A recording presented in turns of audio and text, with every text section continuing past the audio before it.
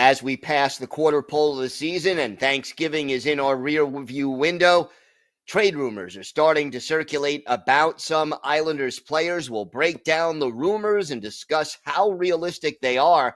We've got that and a whole lot more coming up on today's Locked On Islanders podcast.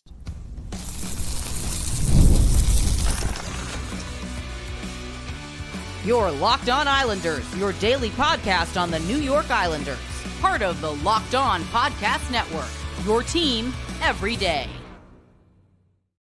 Welcome, everybody, to the Friday edition of the Locked On Islanders podcast, part of the Locked On Podcast Network, your team every day. I want to thank everyone who makes Locked On Islanders your first listen every day.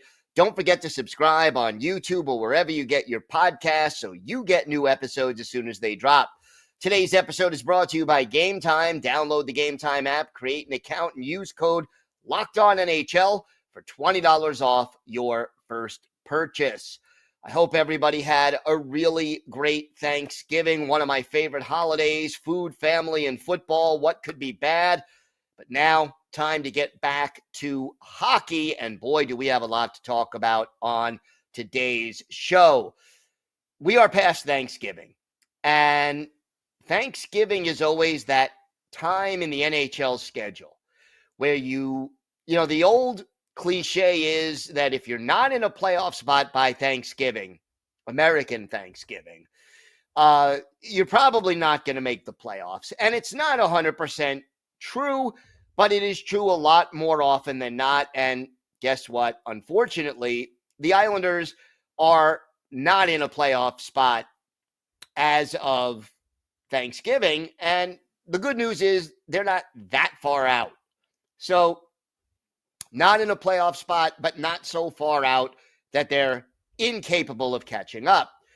But here's the thing. When your team is struggling, and make no mistake, the Islanders are struggling at 8-10-5. That means that out of 23 games, they've won 8 and lost 15, even though they did get a point in 5 of those 15 losses.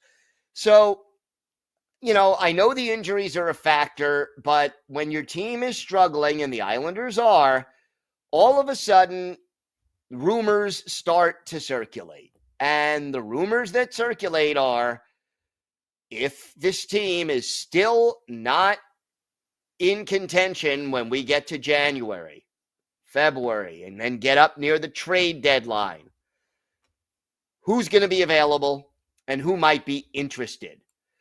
And, I know a lot of this is speculation and that there is nothing imminent right now.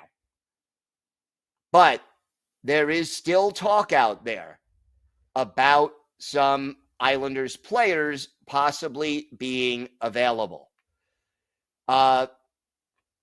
Mike Johnson, Leafs insider, talked about the Toronto Maple Leafs being interested in possibly adding Brock Nelson because the Leafs are desperately looking for depth at center. And again, nothing is imminent. There's nobody, this report from TSN's Overdrive up in Toronto, they're not saying, yeah, Brock Nelson will, or may be a Toronto Maple Leaf in the next couple of weeks. But Toronto is looking for depth at center. Austin Matthews has been dealing with injuries. A few other players have been injured. And, again, would Brock Nelson be interested in going up to Toronto, a team that on paper certainly has a chance at winning a Stanley Cup this year, even though they kind of haven't won one since 1967. But all joking aside, the logic of Brock Nelson being available, or the Maple Leafs being interested in Brock Nelson, makes a lot of sense. Now, right now, Brock Nelson is having a really good season. He just had a 3-point night in the Islanders' last game. He has 10 goals. He has 17 points in 23 games. That puts him near the top as far as the Islanders' point, getters are concerned. If you trade Brock Nelson, if that is something that the Islanders organization, led by Lou Lamoriello, decides to do, you are essentially saying, unless you trade him for somebody who is ready to play as well as Brock Nelson and right now, and it wouldn't have to be in one trade. You could you could trade away Brock Nelson and bring in another quality second line pivot. But if you trade away Brock Nelson, realistically, you are saying that this core has more or less run its course and that it is time to start a retool, if not a rebuild. Now, Brock Nelson is an unrestricted free agent at the end of this season.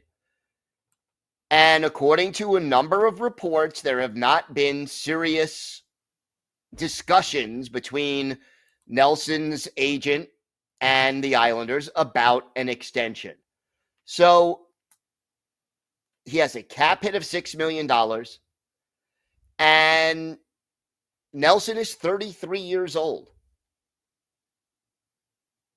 Will the Islanders, if the Islanders are not in contention come the trade deadline, trading Brock Nelson makes sense if you are committing to a retool. Here's the caveat. We know Lou Lamoriello has always said he is not going to do that. He doesn't believe in a retool or a rebuild. He wants to try to win every year. Well, at 33, going on 34, you can't sign Brock Nelson to a 5, 6, 7-year contract. 2, 3, I don't want to go past 3. If he takes a little less money per year, I would maybe go to 4 years for Brock. I love Brock Nelson. I think he's been a great Islander, but he's also the guy who you could get the most for in return if the Islanders opt to trade. It may take a new GM to do that or a complete collapse by the Islanders between now and the trade deadline. But I can guarantee you right now, Brock Nelson could get the Islanders a very pretty return at or before the NHL trade deadline. He would be a great, like a contending team like the Maple Leafs would jump at the opportunity to add a Brock Nelson. He's a leader. He's a consistent goal scorer. He plays, decently in all 3 zones of the ice. The question is whether or not Lou Lamoriello would make that move. And again, it depends on how the Islanders are doing and where they are in the standings between now and the trade deadline. The other player who has been mentioned possibly in some little bits of trade buzz around the internet is Kyle Palmieri. And like Nelson, Palmieri is 33. He is in the final year of his deal. He has a $5 million cap hit, a little bit lower than Nelson's $6 million cap hit. Again, I wouldn't mind re-signing Palms, but not for more than 3 years. 4 if he takes less money. He is still, at this stage in his career, a legitimate second-line guy who can help on the power play, who is a streaky player, who, when he is hot and streaking, is more than capable of really carrying a team. So, if you're the New York Islanders, would you be willing to part with him in order to add prospects or picks or both and help this team get younger, faster, more skilled? Keep in mind this, too. if you really, really want to do this and the players are amenable, you could trade either one of them or both of them at the deadline. And if they become free agents over the summer, re-sign them. So you can actually keep them for next year and still get picks and or prospects in return if they go somewhere else, whether it's Toronto or some other team, as a rental. So again, it's early. It's way too soon to say where the Islanders will be come January and February when we get to the trade deadline. But the rumors are out there. I have to at least mention them, and we'll see what happens. I could tell you right now, unless the Islanders are way, way out of the playoff chase and the negotiations with these two players are not going well, Lou Lamoriello will not want to trade either one of them. But would it be the best move for the team? Possibly, yes. We have to see how it all plays out. I love both players. I think they've been great Islanders. But the question is, in the long term and in the short term, maybe, what's best for this hockey team? We'll see how this all plays out. We have got a lot more to get to on today's show. We will talk about the two games coming up this afternoon, 3 o'clock Eastern time. Islanders in Washington. Saturday evening, back home to play Buffalo. We'll preview both of those games. We'll talk a little bit about what the Islanders have to be thankful for and Islander fans have to be thankful for. And, oh yes, our Islanders' birthday of the day, a Finnish winger who was with the Islanders in the mid to late 80s. Let's see if you can guess who that is. We've got all that and a lot more still to come on today's Locked On Islanders podcast. Today's episode is brought to you by your friends at Game Time. Game Time has a new feature called Game Time Picks that makes getting tickets for your favorite live events even easier. Game Time Picks filters out the fluff to show you only incredible deals on great seats, so you don't have to waste time searching through thousands of tickets. One of my favorite features on Game Time is the view from your seat. You go on the app and you can get a panoramic view from your seat before you purchase the tickets, so you know exactly what to expect when you arrive. Take the guesswork out of buying tickets with Game Time. Just download the Game Time app, create an account, and use code LOCKEDONNHL to get $20 off your first purchase. Terms apply. Again, create an account and redeem code LOCKEDONNHL for $20 off. Download Game Time today. What time is it? Game Time. Today's episode is also brought to you by Built Rewards. With the seasons changing, I'm already dreaming of a warm weather getaway. I love using points for travel, and I'm always looking for ways to earn more to book my next flight. Here's a little life hack for you. Built lets you earn points on rent payments and redeem them toward flights, hotels, and a lot more. One of your biggest investments should get you more than just a roof over your head. Let me explain. There's no cost to join Built, and as a member, you'll earn valuable points on rent and your everyday spending. Built points can be transferred to your favorite hotels and airlines, and even to ones that you haven't heard of. There's over 500 airlines and 700,000 hotels and properties around the world you could redeem your Built points toward. Points can also be redeemed toward a future rent payment and unique experiences that only Built members can access. So if you're not earning points on rent, my question is, why not?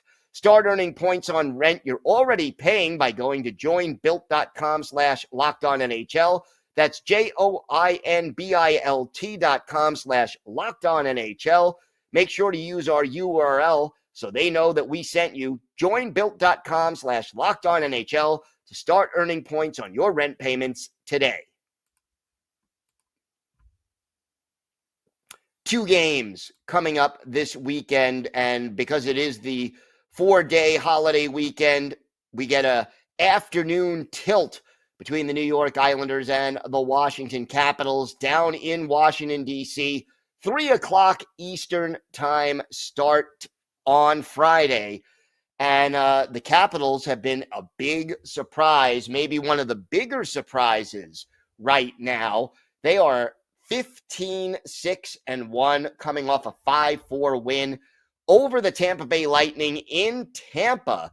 So they remain hot, and they're doing all of this without Alex Ovechkin, who is out of the lineup with an injury. The Capitals have scored the second most goals in the NHL, and they've given up the seventh least. So on both ends of the ice, the Caps are getting the job done. And the power play has struggled. They're only 21st in the league, still much better than the Islanders, 17.5%. But the PK is excellent. Third in the league, 85.5% of the penalties they kill off. Dylan Strome right now leading the team with 29 points, and that includes a plus 17 plus minus, which ties him with Rasmus Sandin for the team lead. Ovechkin has 15 goals, but again, he's out of the lineup. Connor McMichael, 13 goals right behind him. Logan Thompson and Charlie Lindgren have been splitting the goaltending. Thompson, 9-1-1, a 2.44 goals against average and a 9.17 save percentage. Lindgren, 5-5-0, a 2.64 goals against and a 9.01 save percentage. If they are going to continue to alternate, that means that the Islanders would almost certainly be facing Logan Thompson in this game. The line combinations as of late for the Caps: Dylan Strome, Alexei Protas, and Tom Wilson are the top line. Pierre-Luc Dubois, Connor McMichael, and Taylor Radish are the second line. Lars Eller centers Hendrix Lapierre and Andrew Mangiapone on the third line. And then on the fourth line from left to right, Brandon Duhaime, Nick Dowd, and Ivan Miroshnichenko. Martin Faharvey and John Carlson are the top defense pair. Rasmus Sandin and Matt Roy. The second pair, Jacob Chikrin and Trevor Van Riemsdyk, are the third pair. And as I mentioned, the goalies, Lindgren and Thompson. Nicholas Backstrom, TJ Oshie, Sonny Milano, and Alexander Ovechkin are all on IR. Then we turn to Saturday, and it'll be a 7:30 Eastern time start at UBS Arena for the Buffalo Sabres. The Sabres, like the Islanders, will be playing Friday afternoon as well. So they're hosting the Vancouver Canucks then. They just had their 3-game losing streak ended by the Minnesota Wild. Buffalo right now is 11-10-1 heading into that game against Vancouver. They are 12th in goals scored, 17th in goals allowed. The power play, 21st in the league. The penalty kill is 12th. Ukko-Pekka Luukkonen is the starting goalie, and we'll see, who ends up playing on Saturday. Now, Luukkonen played their last game, so it really will be up to the coaching staff as to whether or not they want him to play Friday against Vancouver or Saturday against the Islanders. Alex Tuch, Rasmus Dahlin, and Tage Thompson are the top 3 scorers in points for the Buffalo Sabres. The line combinations: Thompson, J.J. Paterka, and Alex Tuch are the top line. Dylan Cousins, Zach Benson, and Peyton Krebs are the second line. Yuri Kulich, Jason Zucker, and Jack Quinn are the third line. And then the fourth line is Ryan McLeod centering Beck Mallinston and Sam Lafferty. On defense, Rasmus Dahlin and Bowen Byram are the top pair.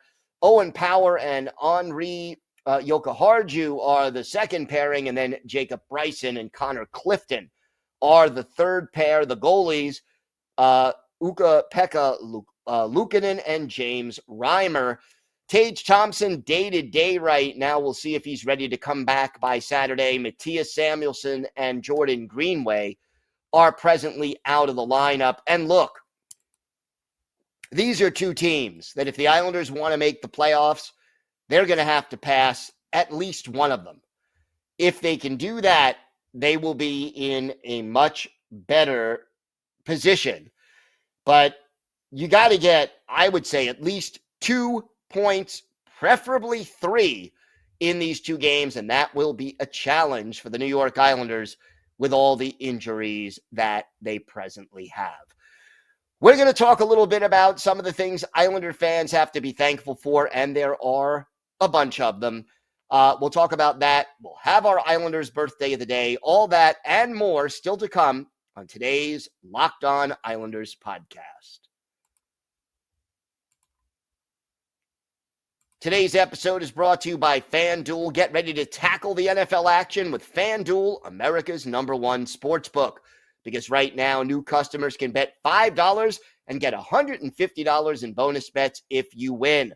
FanDuel Sportsbook app gives you everything you need to place bets on the NFL all in one place. So when you get a hunch in the middle of the game, you can check out the latest stats, view live play-by-play, and so much more, all on the same page where you place your bets. And Islander fans, use your knowledge of the Islanders and hockey to find some exciting action on FanDuel. You got 2 games this weekend. You have Washington and Buffalo. Check out the latest odds. Just visit FanDuel.com to get started. Again, and join today. You'll get started with $150 in bonus bets if you win your first $5 bet. That's FanDuel.com. FanDuel.com. Never waste a hunch and make every moment more with FanDuel, an official sportsbook partner of the NFL. I want to thank everyone who makes Locked On Islanders your first listen every day. For your second listen, find Locked On Fantasy Hockey. Become a fantasy hockey expert and get the edge on your league mates with daily tips from Steal and Flip. Find Locked On Fantasy Hockey on YouTube or wherever you listen to podcasts. It's part of the Locked On Podcast Network, your team every day.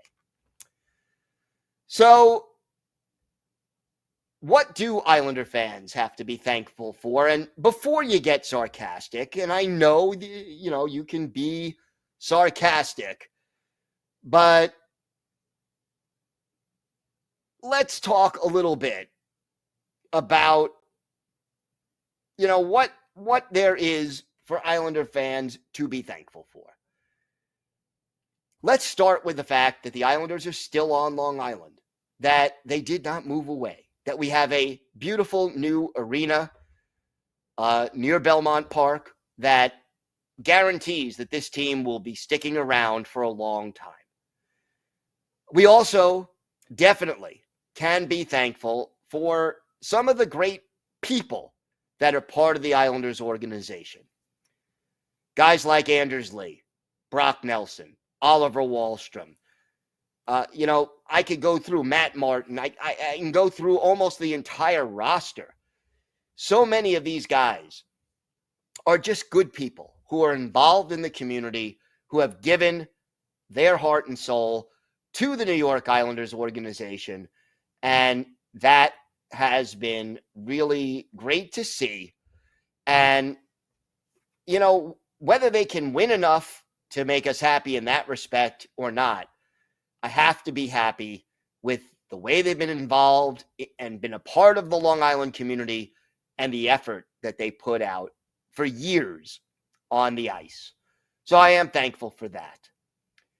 I am certainly also thankful for the fact that this team has a very rich tradition, that the dynasty years, and even to expand it, let's say the years between 1975 and 1987, where this team was one of the elite teams of all time.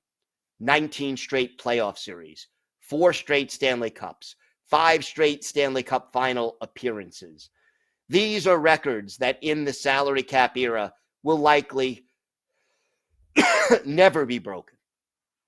That it would be almost impossible for a team in this day and age to match what the Islanders did.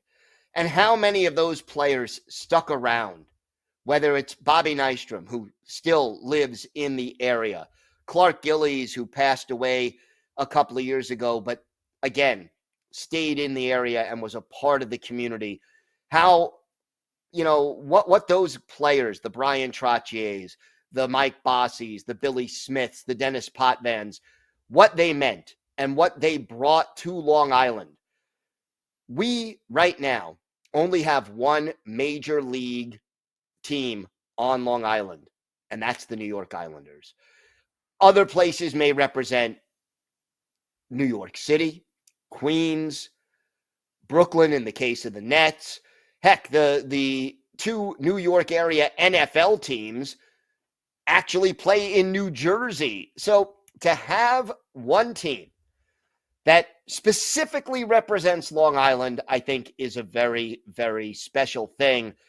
And I have to be happy about that and the memories and the legacy that those great teams of the past gave to us.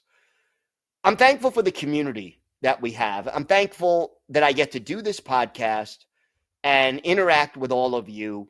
I am thankful for the fact that we have a great group of people who, send in comments on YouTube and attend premieres and email me and ask me questions.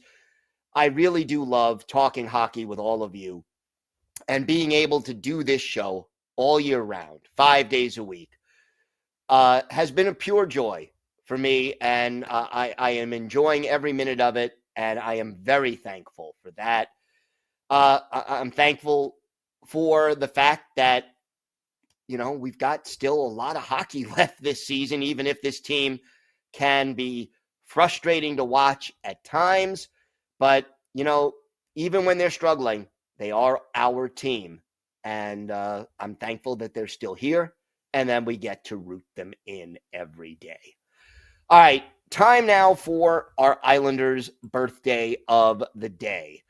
And, well, basically today is the 59th birthday of former Islanders winger Ari Haanpaa. Haanpaa, a fourth-round pick of the Islanders in 1984, joined the Isles in 85-86 after playing in Finland. He's a native of Nokia, Finland. I hope I'm pronouncing that right. 6'1", 185 pounds. Played parts of 3 seasons on the island before heading back to Europe, playing in Finland and then briefly in Austria and Germany. His best season with the Isles, 41 games, 6 goals, 10 points in 1986-87. He also played in 6 playoff games and had 10 penalty minutes in those games. All of his NHL career was with the Islanders, 6 goals, 17 points in 60 games. One of his better games as an Islander, March 10th, 1987 at the old Igloo in Pittsburgh. Islanders visiting the Penguins. It's Kelly Rudy against Gil Martin in goal for Pittsburgh. And in this game, our Islanders' birthday of the day, Ari Haanpaa, sets up a goal by Mikko Makala in the second period that tied the game at 1-1, and then ends up scoring a goal in the third period that put the Islanders ahead 4-1. Mike Bossy and Randy Boyd had the assist. It was the 5th goal for Haanpaa of the year. Islanders go on to win this game by a score of 6-3, and Ari Haanpaa a goal and assist. He was a +1. He scored the game winner, and he had 2 shots on goal in this game. By the way, in this game, Brian Trottier, 4 assists, Richard Crom, a goal, and 2 helpers for the Islanders. And Kelly Rudy, 20 saves. Islanders outshoot Pittsburgh 24-23. So Ari Haanpaa is our Islanders' birthday of the day.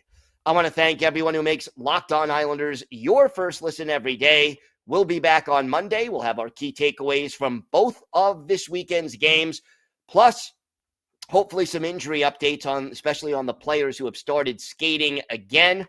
So make sure you join us for that. Have a great weekend, everybody. Oh, yes.